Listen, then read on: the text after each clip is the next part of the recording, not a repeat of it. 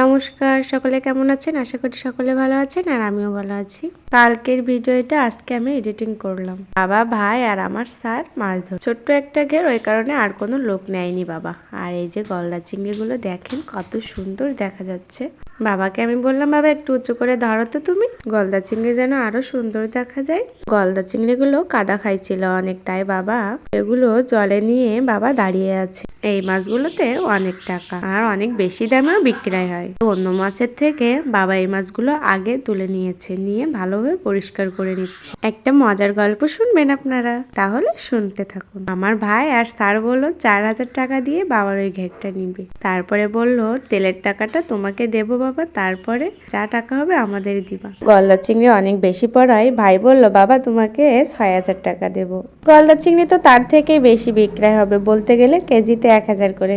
তারপরে অন্য মাছগুলো ধরে আনলো। তারপরে মা আমি অন্য মাছ এক একটা মাছ এক এক পাত্রে রাখতে হচ্ছে, আর ছোট বড় মাছ সাইজ করতে হচ্ছে। কি ভাবছেন আমি সব মাছ বাছছি?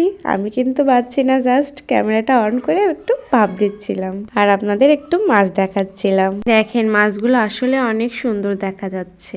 ছোট্ট ঘের, সেই কারণে এ ঘেরে বেশি মাছ নাই। বর্ষার সময় পুরো বিল এইসব পথ সবকিছুই ডুবে গেছিল, তারপরে এই যে মাছ পড়ছে এই অনেক। হঠাৎ মা বলল, মনা তুমি তো ঘেরে নামতে অনেক পছন্দ করতে ছোটবেলায়, আজ একটু নামবে নাকি?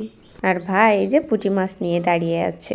ওকে বললাম তুই মাছগুলো একটু সাইজ করে রাখ, আমি একটু ভিডিও করে নিই। তা ওর সে ভাব, আমার স্যার আমার জন্য পুঁটি মাছ নিয়ে এসেছে আর আমার ছাড়ও খাবে, তাই মা আর স্যার পুঁটি মাছগুলোকে সুন্দর করে বেছে নিয়েছে ঘের থেকে। এই সাইড দিয়ে মাছগুলো বিক্রয় করতে দিয়ে দিয়েছে বাবা ভ্যান। তারপর আমরা সকলে চলে আসলাম বাড়ির উদ্দেশ্যে। যেতে যেতে দেখলাম পাখির বাসা। পাখির নামগুলো আমার মনে নাই, কিন্তু পাখি নাকি বিক্রয় হয়। বাবা বলল মাছ ডাকতে, ছাড় বললো কোনো মাছ ডাকতে হবে না, আমি শুধু পুঁটি মাছ খাবো। তাই 5টা পুঁটি মাছ পড়ছিল আর ছোট কিছু পুঁটি মাছ পড়ছিল, সেটাই নিয়ে আসলো আমার স্যার। কোনো কথা না কাজ, বলল সব মাছ খাচ্ছি, এই জন্য আর কোনো মাছ ভালো লাগছে না। বড় বড় পুঁটি মাছ পড়ছিল, স্যারের সেইগুলোই খেতে ইচ্ছা করছে, তাই 5টা পুঁটি মাছ পড়ছিল বড় বড়, সেই 5টাই। আর কুচি কুচি পুঁটি মাছ আসলে অনেক ভালো লাগে খেতে। বাড়িতে এসে ভাই, আমি, আমার স্যার, মা সবাই মাছ ধরতে বসে পড়লাম। অনেক বছর পরে একটা বান মাছ পড়লো আমাদের ঘেরে। আমি সেটা ধরে দেখানোর চেষ্টা করছি অনেক, কিন্তু ধরতেই পারছি না।